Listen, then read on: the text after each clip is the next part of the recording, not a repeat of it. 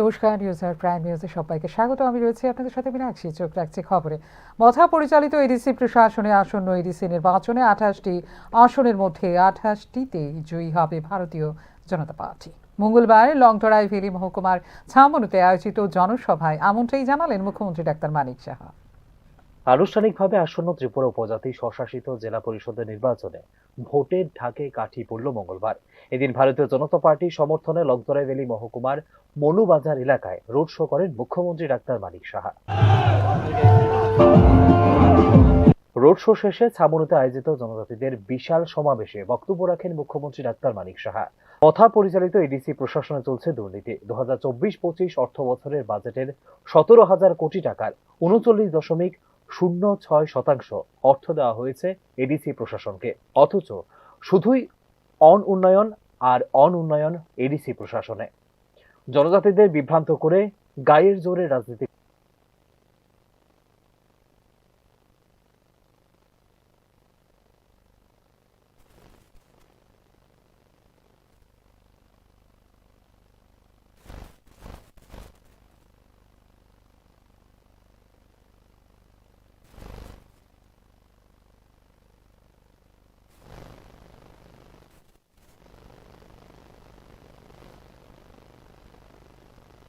দ্বারা বন্ধুগণ, আমরা 27,000 কোটি টাকা 2024-25 অর্থ বছরে আমাদের 27,000 কোটি টাকা আমাদের বাজেট ছিল। আমরা কমিটেড এক্সপেন্ডিচার, যারা চাকরি করে তাদের টাকা দিতেই হবে, যারা পেনশন পায় তাদের টাকা দিতেই হবে। তো সেই জায়গায় দাঁড়িয়ে যারা আমরা লোন নিয়েছি, লোনের ইন্টারেস্ট আমাদের দিতেই হবে। আমাদের সেই জায়গায় আমরা ভাতা যারা দিচ্ছি তাদের পয়সা আমরা দিতে হবে। সেটা দাঁড়িয়ে যখন আমরা দিলাম 17,000 কোটি টাকা আমাদের কাছে থাকে। 17,000 কোটি টাকার মধ্যে আমরা 2024-25-এ আমরা 39.06% আমরা এডিসিকে দিয়েছি বন্ধুগণ। খাতা নিয়ে হিসাব নিয়ে আমরা কথা বলছি আমরা পয়সা দিই না। তাহলে পয়সাগুলো কোথায় গেল? আজকে এডিসি এলাকায় অনুন্নয় নানাভাবে বেলকি বুলকি দিয়ে এই কমলমতি জনজাতি ভাই বোনদের মিথ্যা বলে বারবার বলছে কাদাই সিপিএম থেকে শেখা যে বারবার যত মিথ্যা বলবে, যত আন্দোলন করবে, টায়ার পুড়িয়ে রাস্তার মধ্যে আন্দোলন করো, মানুষকে মারো। যারা পার্টি করে জনজাতি ভারতীয় জনতা পার্টি করে তাদেরকে জবরদস্তি ওদের গলা টিপে ধরো। এই রাজনীতি এতদিন ধরে চলে এসছে। এখন কিন্তু আমরা কোনো অবস্থায় বরদাস্ত করব না। জনজাতিদের আস্থা রয়েছে ভারতীয় জনতা পার্টিতে। আসন্ন এডিসি নির্বাচনে 28টি আসনের মধ্যে 28টিতেই জয়ী হবে ভারতীয় জনতা পার্টি বলে ওই দিন জানিয়েছেন মুখ্যমন্ত্রী ডাক্তার মানিক সাহা। আগামী দিন এখানে আজকের এই যে জনজাতিদের একটু আগে আমার এত সুন্দরভাবে উনি বলছিলেন যে জনজোয়ার, আর আমি এটাকে আরো সুন্দরভাবে যদি বলি যে আজকে জনজাতিদের জনজোয়ার আজকে এখানে প্রমাণ করছে যে এডিসি আগামী দিন কি হতে যাচ্ছে। 28 আমরা কম সংখ্যক যে 2019-এ আমরা কম সংখ্যক যে আসনে আমরা প্রতিদ্বন্দ্বিতা করে যদি আমরা 10টা আসন পাই, তাহলে আপনারা ভাবুন যদি 28টা আমরা যদি আমরা সেখানে প্রতিযোগিতা করি, আমরা যদি ইলেকশনে দাঁড়াই তাহলে কি দাঁড়াবে। এবং এখন মানুষ বুঝতে পারছে যে কিভাবে একের পর এক জনজাতিদের জন্য এত কাজ আমরা করছি এখানে বন্ধুগণ। সাধারণ জনজাতিদের বিজেপির প্রতি আস্থা টিটিএডিসি নির্বাচনের পাশাপাশি 2028 সালের ত্রিপুরা বিধানসভা নির্বাচনের সম্ভাব্য ফলাফলের ইঙ্গিত দিচ্ছে বলেও এদিন জানিয়েছেন মুখ্যমন্ত্রী ডাক্তার মানিক সাহা। ত্রিপুরার জনসংখ্যার প্রায় 75% মানুষ গ্রামাঞ্চলে বাস করেন, যেখানে বিজেপির সময় বিশেষ করে মহিলারা উল্লেখযোগ্য আর্থসামাজিক ক্ষমতায়নের অভিজ্ঞতা অর্জন করেছেন, যার ফলে মানুষের মধ্যে আত্মবিশ্বাস বৃদ্ধি পেয়েছে বলে এদিন জানিয়েছেন মুখ্যমন্ত্রী ডাক্তার মানিক সাহা। আসন্ন এডিসি নির্বাচনকে কেন্দ্র করে জনজাতি অধ্যুষিত এলাকাগুলিতে একাধিক কর্মসূচি এবং অনুষ্ঠানে অংশগ্রহণ করে চলেছেন মুখ্যমন্ত্রী ডাক্তার মানিক সাহা, যার মধ্য দিয়ে টিটিএডিসি এলাকায় নিজেদের প্রভাব সুসংহত করতে চাইছে Bharatiya Janata party. Bureau report, news নাও।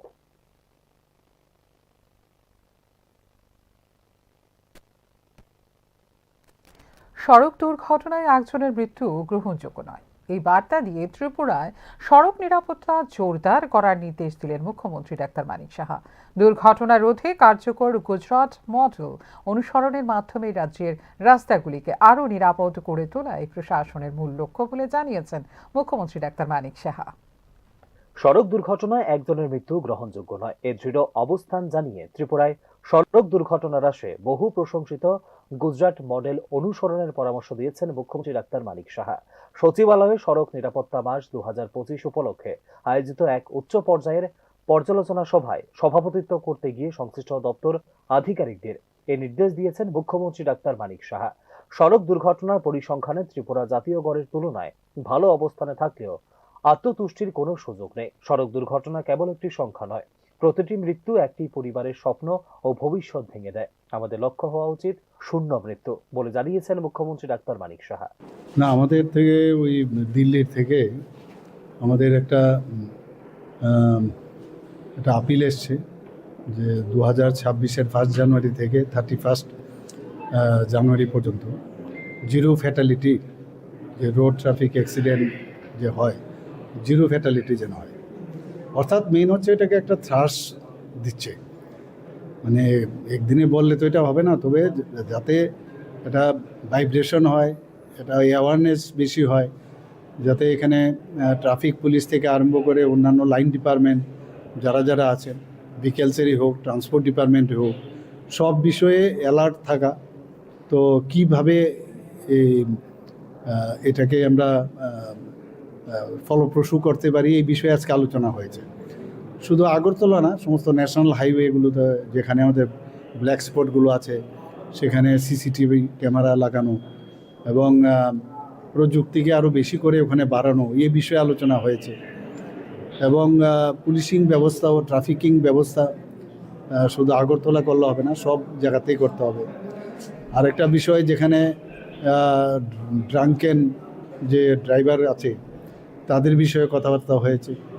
এবং যেমন ফগের সময়ে একটু বেশি করে আরও সার্ভিলেন্স রাখা, যেখানে রাস্তা খারাপ সেই রাস্তাগুলো ঠিকঠাক মেরামত করা, যেখানে ন্যাশনাল হাইওয়ে আছে, যেখানে আমাদের ব্ল্যাক স্পটগুলো আছে সেখানে রোড সেফটি, মানে যে রোড ব্রেকিং সিস্টেম, সেখানে হাম্প বা বাম্প লাগানো, সেই বিষয়ে আলোচনা হয়েছে। সাইনেজ লাগানোর কথা হয়েছে। যারা গাড়ির লাইসেন্স নেয় তাদের প্রপার মানে টেস্টিংয়ের পর যেন লাইসেন্স দেওয়া হয়। আগরতলাকে পথচারী বান্ধব নগরী হিসেবে গড়ে তুলতে প্রধান সড়কের উভয় পাশে ফুটপাত নির্মাণের কাজ দ্রুত শেষ করার নির্দেশ দিয়েছেন মুখ্যমন্ত্রী ডাক্তার মানিক সাহা। ঘন শীতকালীন কুয়াশা এবং ভোরবেলার চালকদের ক্লান্তি দুর্ঘটনার ঝুঁকি বাড়িয়ে দেয় বলে উল্লেখ করেন তিনি। সড়ক নিরাপত্তায় আধুনিক প্রযুক্তির ব্যবহারের উপর জোর দিয়ে রাজ্যে সিসিটিভি ক্যামেরা এবং জিপিএস ভিত্তিক যানবাহন ট্র্যাকিং ব্যবস্থা নেটওয়ার্ক সম্প্রসারণের পরিকল্পনা নেওয়া হয়েছে। অতিরিক্ত গতি নিয়ন্ত্রণে স্পিড গান সহ বিভিন্ন গতি নিরীক্ষণ যন্ত্র দুর্ঘটনাপ্রবণ এলাকায় স্থাপন করা হবে বলে জানিয়েছেন মুখ্যমন্ত্রী ডাক্তার মানিক সাহা। দুর্ঘটনার পর প্রথম গুরুত্বপূর্ণ সময় বা গোল্ডেন আওয়ার এর গুরুত্ব তুলে ধরে রাজ্যে জুড়ে আরও ট্রমা কেয়ার সেন্টার স্থাপনের পরিকল্পনার কথা জানিয়েছেন মুখ্যমন্ত্রী। ভারতবর্ষের অন্যান্য রাজ্যের তুলনায় ন্যাশনাল লেভেলে যদি আমরা দেখি, এখানে কিন্তু ফ্যাটালিটি অনেক কম, দুর্ঘটনাও অনেক কম। ওই দিক দিয়ে আমরা কিন্তু অনেক নিচের দিকে এখন চলে এসেছি আমরা। কিন্তু যেহেতু এরকম একটা থ্রাস দেওয়ার জন্য একটা দিল্লির থেকে নির্দেশ এসছে, MORTS থেকে, না তো এখান থেকে যেহেতু এসছে, আমরা আজকে এখানে বসলাম। আজকেই এই তারিখে বসার জন্য বলেছে, তো সেইভাবে আজকে সমস্ত আমাদের মাননীয় মিনিস্টার এখানে আছেন আমাদের সাথে, ট্রান্সপোর্টের মাননীয় মন্ত্রী সুশান্ত চৌধুরী এবং আমাদের ডিজি সাহেবও ছিলেন, CS সাহেবও ছিলেন, সব অফিসাররা ছিলেন, সব ডিপার্টমেন্টের লাইন ডিপার্টমেন্টের ছিলেন। তো একটা মানে কোঅর্ডিনেটেড ওয়েতে কীভাবে এই যে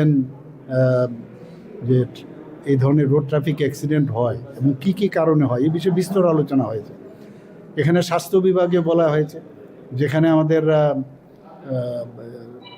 যে ট্রমা সেন্টার সেগুলোকে আরও বেশি স্ট্রেংথেনিং করা।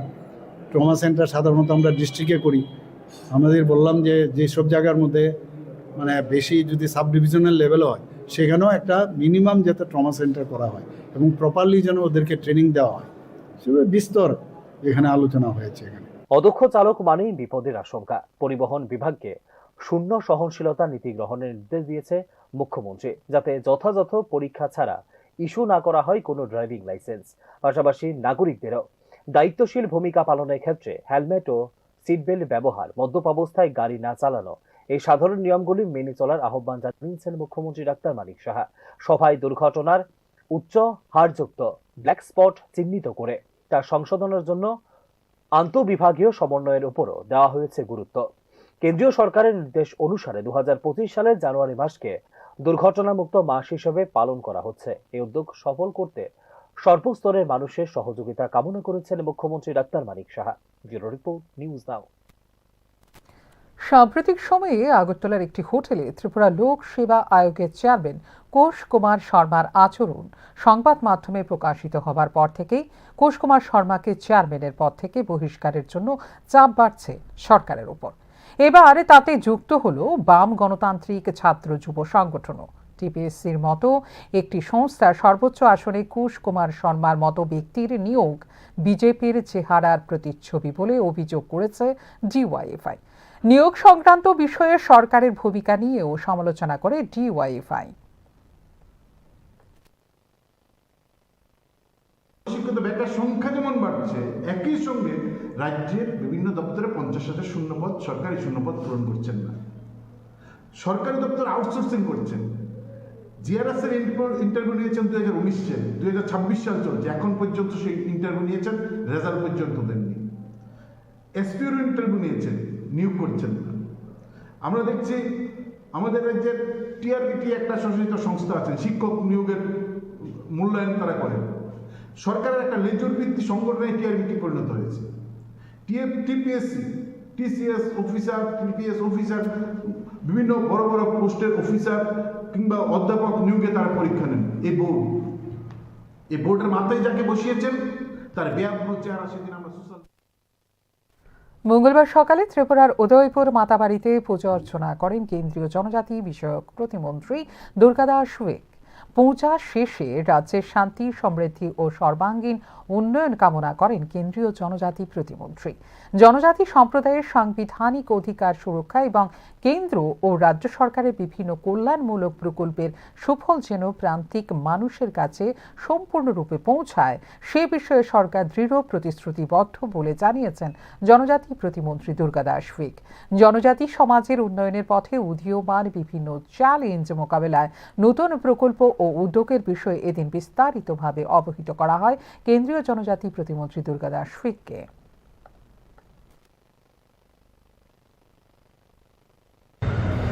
आज मेरा सौभाग्य है कि माँ त्रिपुर सुंदरी जी के पावन पवित्र शक्तिपीठ पर मुझे आने और दर्शन करने का सौभाग्य प्राप्त हुआ।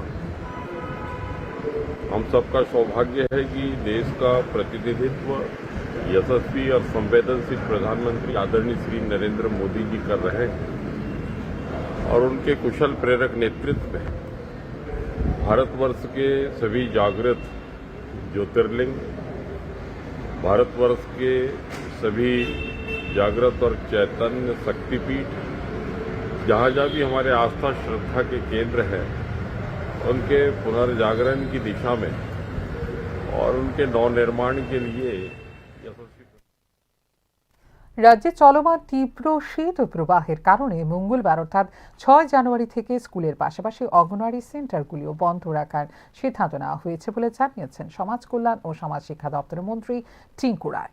কেন্দ্রীয় সরকারের নির্দেশিকা অনুযায়ী বছরে 300 দিন অঙ্গনওয়াড়ি কেন্দ্র খোলা রাখার বাধ্যবাধকতা রয়েছে।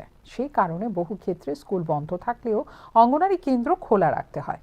তবে এবার রাজ্য জুড়ে প্রবল শীত ও শিশুদের স্বাস্থ্যের কথা মাথায় রেখেই ব্যতিক্রমী সিদ্ধান্ত নেওয়া হয়েছে বলে জানিয়েছেন সমাজ কল্যাণ ও সমাজ শিক্ষা মন্ত্রী। শিশুদের সুরক্ষা ও সুস্থতাই সরকারের কাছে সর্বাধিক গুরুত্বপূর্ণ, তাই পরিস্থিতি বিবেচনা করে স্কুলের সঙ্গে সঙ্গে অঙ্গনওয়াড়ি কেন্দ্রগুলিও সাময়িকভাবে বন্ধ রাখার সিদ্ধান্ত নেওয়া হয়েছে বলে জানিয়েছেন তিনি। 10 জানুয়ারি পর্যন্ত বন্ধ থাকবে অঙ্গনওয়াড়ি কেন্দ্রগুলি। অঙ্গনওয়াড়ি সেন্টারগুলোকে বন্ধ রাখার কোনো পরিকল্পনা রয়েছে সরকারের? দেখুন, আমরাও স্কুলের পাশাপাশি আমরাও বন্ধ করব আজকের থেকে, অর্থাৎ 6 তারিখ থেকে 10 তারিখ অবধি, অর্থাৎ স্কুল যতদিন ছুটি দিয়েছে ততদিন আমরা অঙ্গনওয়াড়ি সেন্টারও বন্ধ রাখবো। কিন্তু একটা বিশেষ কথা হলো যে আমরা অনেক সময় স্কুল যখন বন্ধ দেয় আমরা বন্ধ দিতে পারি না, কারণ আমাদের অঙ্গনওয়াড়িতে মিনিমাম 300 দিন তাকে খোলা রাখতে হয়। কারণ আমরা অঙ্গনওয়াড়িতে শিশুদের পড়াশোনার পাশাপাশি আমরা কিন্তু অনেকগুলো কাজ করি। আমরা অ্যাডোলেসেন্ট গার্ল যারা, তাদের খাবার, তাদের পুষ্টিগত বিষয় দেখি। আমরা প্রেগনেন্ট মহিলা যারা বাড়িতে আছেন তাদের খাবার ব্যবস্থাটা, তাদেরকেও পুষ্টিকর খাবার পৌঁছানো, সেগুলো আমরা দেখি। আমরা সোশ্যাল পেনশন, সেটা আমাদের অঙ্গনওয়াড়ি দেখে, ভ্যাকসিনটা দেখা হয়। তো শিশুদের টিকাকরণ, এইগুলো বিভিন্ন কাজ করে আমাদের অঙ্গনওয়াড়ি সেন্টারগুলো। এর জন্য আমরা অঙ্গনওয়াড়ি চাইলেও বন্ধ রাখতে পারি না। বিশেষ কারণে আমরা যেহেতু স্কুল ছুটি দিয়েছে এবং একটা প্রচণ্ড শীত এসে। আন্তর্জাতিক স্তরের ক্যারাটে চ্যাম্পিয়নশিপে ভারতের হয়ে অংশ নিয়ে চতুর্থ স্থান অর্জন করেছে ত্রিপুরার খুদে ক্যারাটে খেলোয়াড়েরা। সীমিত সুযোগ ও পরিকাঠামোর মধ্যেও একের পর এক পদক জিতে তারা দেশ ও রাজ্যের নাম উজ্জ্বল করেছে। এই সাফল্যের পর রাজ্যে ফিরে খেলোয়াড়দের ঘিরে তৈরি হয়েছে আনন্দ ও গর্বের আবহ। আন্তর্জাতিক স্তরের ক্যারাটে চ্যাম্পিয়নশিপে সাফল্যের সঙ্গে অংশগ্রহণ করে ভারতের হয়ে চতুর্থ স্থান অধিকার করে রাজ্যে ফিরল ত্রিপুরার খুদে ক্যারাটে খেলোয়াড়রা। এই সাফল্য দেশ ও রাজ্যের ক্রীড়া মহলে তৈরি হয়েছে গর্ব ও আনন্দের আবহ। পশ্চিমবঙ্গের ডুমুর জেলা স্টেডিয়ামে অনুষ্ঠিত এই আন্তর্জাতিক ক্যারাটে প্রতিযোগিতায় অংশগ্রহণ করেন ভারত সহ মোট 5টি দেশের খেলোয়াড়রা। ভারতের প্রতিনিধিত্ব করে ত্রিপুরা রাজ্যের মোট 24 জন খুদে ক্যারাটে খেলোয়াড় অংশ নেয় এই প্রতিযোগিতায়। আমাদের রাজ্যের টিম ডিসেম্বর 2025 তারিখে আমাদের টিম রওনা দেয় রাজ্য থেকে ওয়েস্ট বেঙ্গলে ডুমুর জলেন্দ্র স্টেডিয়ামে অনুষ্ঠিত হয় আন্তর্জাতিক ক্যারাটে চ্যাম্পিয়নশিপ, যেখানে অনেকগুলি দেশের পার্টিসিপেট করেছে। সেই পার্টিসিপেন্টে আমাদের রাজ্য পার্টিসিপেট করেছে দেশের হয়ে, এবং আমাদের রাজ্যের ফলাফল অত্যন্ত ভালো, এবং সমস্ত টোটাল 20টি গোল্ড মেডেল, 23টি সিলভার মেডেল এবং 34টি ব্রোঞ্জ মেডেল পাই। পাশাপাশি আরেকটা টুর্নামেন্ট ছিল আমাদের জানুয়ারি 3 এবং 4 খেলো ইন্ডিয়া খেলো ক্যারাটে চ্যাম্পিয়নশিপ। ওই চ্যাম্পিয়নশিপে আমাদের রাজ্যের ছেলেরা আরও অনেক ভালো ফলাফল করেছে, সেখানেও অনেক গোল্ড মেডেল পেয়েছে, অনেক সিলভার এবং ব্রোঞ্জ পেয়েছে।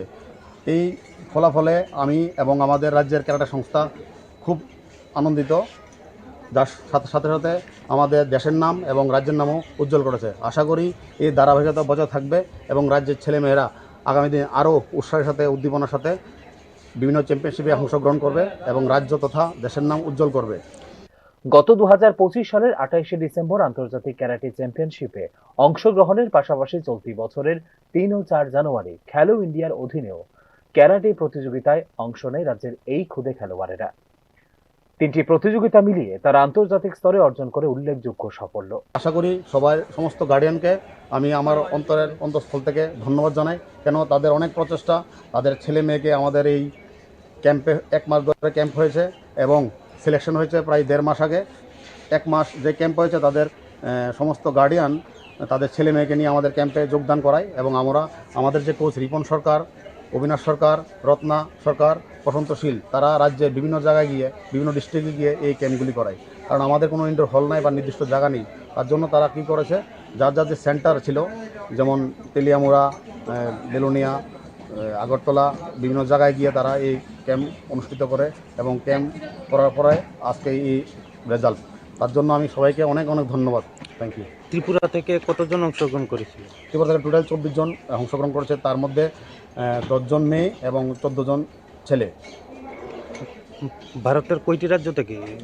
ভারতের যারা সিলেক্টেড হয়েছে বিভিন্ন রাজ্য থেকে, তারাই এখানে পার্টিসিপেট করেছে এবং বিভিন্ন দেশও পার্টিসিপেট করেছে। আর খেলো ইন্ডিয়া খেলো ক্যারাটে চ্যাম্পিয়নশিপে ভারতের সমস্ত রাজ্যই অংশগ্রহণ করেছে। এই প্রতিযোগিতাগুলিতে মোট 9টি স্বর্ণ পদক, 14টি রৌপ্য পদক এবং 14টি ব্রোঞ্জ পদক অর্জন করে রাজ্যের খুদে ক্যারাটে খেলোয়াড়রা। পাশাপাশি খেলো ইন্ডিয়ার দুদিনের প্রতিযোগিতায় মোট 39টি পদক নিজেদের ঝুলিতে তুলতে সক্ষম হয় ত্রিপুরা। মঙ্গলবার দুপুরে কলকাতা থেকে রেলে করে আগরতলা রেল স্টেশনে এসে পৌঁছায় খুদে খেলোয়াড়েরা। সেখানে তাদের স্বাগত জানাতে উপস্থিত ছিলেন খেলোয়াড়দের মা বাবা, আত্মীয় স্বজন এবং ক্রীড়াপ্রেমীরা। আগামী দিনেও ত্রিপুরার এই ক্ষুদে খেলোয়াড়েরা আন্তর্জাতিক স্তরে ক্যারাটে প্রতিযোগিতায় অংশ নিয়ে আরও বেশি পদক জিতে দেশ ও রাজ্যের সুনাম বৃদ্ধি করবে বলে প্রত্যাশা ব্যক্ত করেছে রাজ্যের খেলোয়াড়রা। ব্যুরো রিপোর্ট, নিউজ নাও।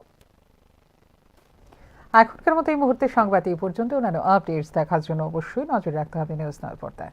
নমস্কার, শুভরাত্রি।